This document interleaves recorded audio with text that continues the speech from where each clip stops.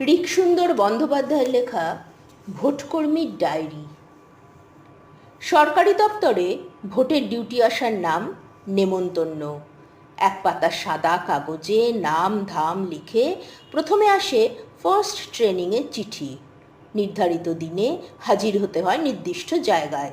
স্কুলের ব্ল্যাকবোর্ডে পর্দা টাঙিয়ে শুরু হয় ধারা বিবরণী। প্রথম ট্রেনিং হওয়ার পর বিপুল সংখ্যক ভোটকর্মী আশায় আশায় থাকেন নাম কেটে যাবে। প্রায় প্রতি ভোটের আগেই নির্বাচন পরিচালনা করার অফিসে তাদের চেনা কেউ বেরিয়ে আসে। সে নাকি বিষয়টা দেখছে, আর নাম ও ঠিক কেটে যাবে। সিংহভাগেরই কোনো সুরাহা হয় না। দেখতে দেখতে চলে আসে পরের ডিউটির চিঠি। এবার বাদবাকি সহযোগীদের নাম আর কোথায় যেতে হবে তার একটা প্রাথমিক পরিচিতি। ট্রেনিংয়ে পৌঁছে বাকিদের সঙ্গে আলাপ পরিচয় সেরে নেওয়ার মাঝেই সবাই সবাইকে মেপে নেন। অবধারিতভাবে সবার ভাবনা ভোটের দিন অন্যজনের সক্রিয়তা কতটা হবে তা নিয়ে। ফোন নম্বর বিনিময় হয়ে যায়, তৈরি হয়ে যায় গ্রুপ। কেন্দ্র রাজ্য যে বাহিনী থাক, নিজেদের নিরাপত্তার ব্যবস্থা নিজেদেরই করে নিতে হবে, এ বিষয়ে সলা চলে। মাইক হাতে যিনি এরপর ট্রেনিংয়ের কথা বলতে শুরু করেন, তিনি সবাইকে অনুরোধ করেন সলা থামিয়ে একটু কথা শুনতে। তার চোখে মুখে তখন পরীক্ষা দেওয়ার টেনশন স্পষ্ট। সামনে বসে আছে 15-20 বারেরও বেশি ভোট করতে আসা এক একজন কর্মী। VVPAT, control unit, agent form fill up করানোর মতন বিষয় শুনতে শুনতে তাদের মুখের কোণে হাসি। আপনাদের কিছু জিজ্ঞাসা আছে বললেই ধেয়ে আসে বিচিত্র সব প্রশ্ন। ভোটের দিন গোটা গ্রামের প্রায় সবাই কালো চশমা পরে এসে বলছে কদিন ধরে আবছা দেখছে, কাউকে নিয়ে ভোট দিতে গেলে ভালো। স্যার, এতগুলো ফর্ম ফিল আপ করাতে হবে ব্লাইন্ড বা অশক্ত ভোটারের? বা স্যার, দানা, ঘোড়া, খোকা, এই টার্মগুলো নিয়ে যদি একটু আলোচনা করতেন। হাতে কলমে ট্রেনিং আর মাঠে ময়দানের ভোটে যে বিস্তর ফারাক স্বীকার করে নেন ট্রেনিং দেওয়া থেকে ভোট করতে যাওয়া সব কর্মী। টিভিতে যুদ্ধের সিনেমা দিত, এখনও দেয়, স্বাধীনতা দিবস, প্রজাতন্ত্র দিবসে। ছুটির দিনের সেই সিনেমায় যুদ্ধে যাওয়ার আগে সেনাদের, মানে সিনেমার নায়কদের ছোটবেলা, প্রেম, মায়ের সঙ্গে কাটানো সময়কে যেভাবে কোলাজের মধ্যে দেখানো হতো, ভোটকর্মীদের অনেকেই নিজেদের সেভাবে দেখতে শুরু করেন। আর কদিন পরে যেতে হবে অজানা অচেনা যুদ্ধক্ষেত্রে। নির্বাচনের খবরে হিংসার কথা শুনলেই বাড়ির অন্যদের দুশ্চিন্তার পারদ বাড়তে শুরু করে। মশার ধূপ থেকে অন্ধকারের টর্চ, সব কিছু গুছিয়ে নিতে হয় তাড়াতাড়ি। হুগলির পলাশবাবু প্রাথমিক স্কুলের শিক্ষক। প্রতি ভোটের ডিউটির আগেই দিন 15 খুব মন দিয়ে ব্যায়াম শুরু করে দেন, শারীরিক কসরতের উদ্দেশ্য। ভোটের সময় কোনো অপ্রীতিকর পরিস্থিতি তৈরি হলে যাতে খানিক লড়াই দিতে পারেন। পাড়ার ছেলেরা প্রতিবারই তাকে রাগায়, যদিও তাতে তিনি মনে মনে খুশিই হন। রাগায় এই বলে যে আপনার তো সেদিন বিশাল পাওয়ার, একবার ফায়ার বললেই গুলি চলবে। বর্ধমানের অনমিত্রবাবুর প্রস্তুতি পর্বে মাথা ব্যথার কারণ হয়ে দাঁড়ায় তার স্ত্রীর অদ্ভুত আবদার। প্রতি নির্বাচনের কাজের সময় তিনিও অনমিত্রবাবু যেখানে যাবেন তার কাছাকাছি গিয়ে থাকবেন।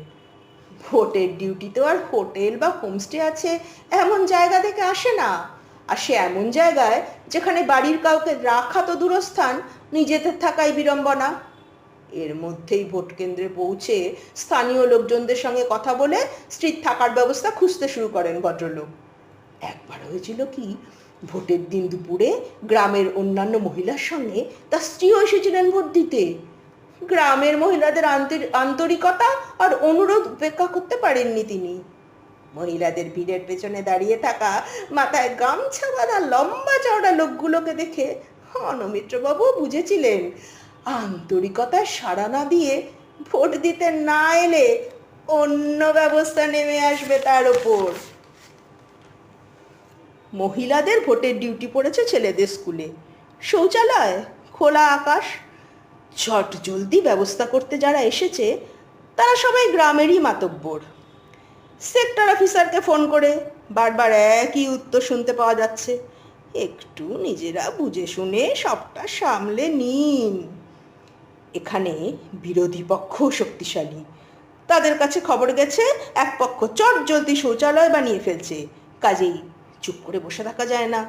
হাতে সময় কম, তারা এসেই দাবি করলো ভোটের সময় কোনো পক্ষের থেকেই সুবিধা নেওয়া যাবে না, তাহলে তারা যথাযথ জায়গায় অভিযোগ জানাবে। এখন উপায়? দ্রুত সিদ্ধান্ত হলো বিরোধী পক্ষ একটা শৌচালয় বানিয়ে দেবে। দিদিমুড়িরা মোট 4 জন, দুজন দুজন করে ব্যবহার করবেন দুই পক্ষের শিবির। এত যুদ্ধকালীন তৎপরতা সবাইকে কাজ করতে দেখে গ্রামের মানুষ বিস্মিত। তাদের একটাই কথা, এর সামান্য যদি এরা সারা বছর করত তাহলে গ্রামের হুলিয়াটাই বদলে যেত। প্রিসাইডিং অফিসারকে আগের রাতে একদল বলে গেছেন সাবধানে থাকতে, কারণ এই স্কুল বাড়ির আশেপাশেই মজুদ অনেক পেটো। ভোটের সময়ও খুব বেশি সব দিক দেখার দরকার নেই, এখানে নাকি এভাবেই সব হয়। সঙ্গে আসা পেটের সমস্যায় ভোগা একজন লাঠিধারী পুলিশ।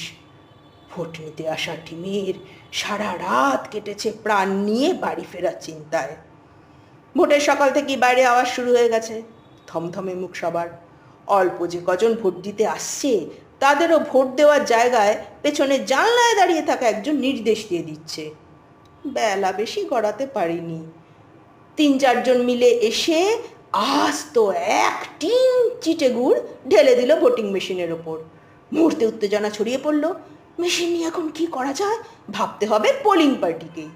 সেক্টরকে জানানোয় তার বক্তব্য, নিজেরা বুঝে শুনে একটা ব্যবস্থা করে নিন। একটু সময় চেয়ে নিলেন পোলিং অফিসাররা। বাইরে তখন খণ্ডযুদ্ধ। লাঠিধারী পুলিশ ব্যাগ থেকে বার করলেন ছাতু আর মুড়ি। সবাই ব্যাগ থেকে চামচ বার করে মেশিন থেকে চেঁচে নিতে শুরু করলেন গুড়।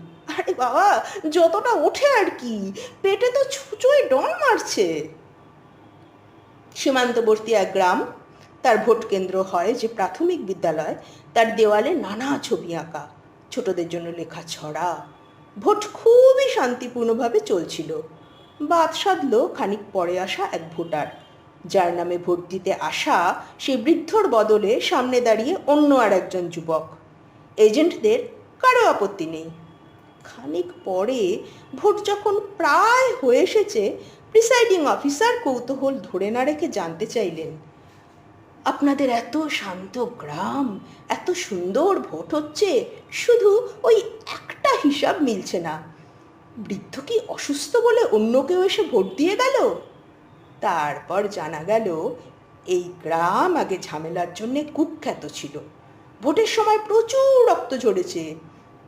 এই গ্রামেরই এক মাস্টারমশাই ঝামেলা থামাতে গিয়ে মারা যান। তারপর থেকেই ভোল বদলে গিয়েছিল এই গ্রামের।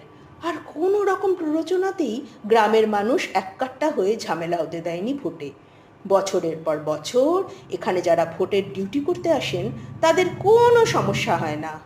গ্রামের সবাই মিলে সিদ্ধান্ত নিয়েই একরকম জোর করেই মাস্টারমশাইয়ের নামও রেখে দিয়েছে ভোটার তালিকায়। কেউ অভিযোগ না করায় ঊর্ধ্বতন কর্তৃপক্ষ কিছু জানেন না। 18 বছর হওয়া নতুন কোনো ভোটার আসেন মাস্টারমশাইয়ের স্মৃতি বয়ে। হিংসা হানাহানির বিপ্রতীপে ছোট্ট একটা গ্রামে ভিন্ন ছবি দেখেছিলেন ভোটকর্মীরা। এবারও গ্রাম বাংলা জুড়ে অজস্র বুথে ভোটের আগের সন্ধ্যায় নতুন লাগানো হলুদ আলোয় দেওয়াল জুড়ে পড়বে ভোটকর্মীদের গোল হয়ে বসা, কাগজপত্র নিয়ে গুছিয়ে রেখে দেওয়ার ছায়া। রাত্রিরে বেঞ্চ টেনে বাইরে কার্বলিক ছিটিয়ে কোনো রকমে চোখ বুজে নেওয়া। সকালে গণতন্ত্রের উদযাপন শুরু হবে।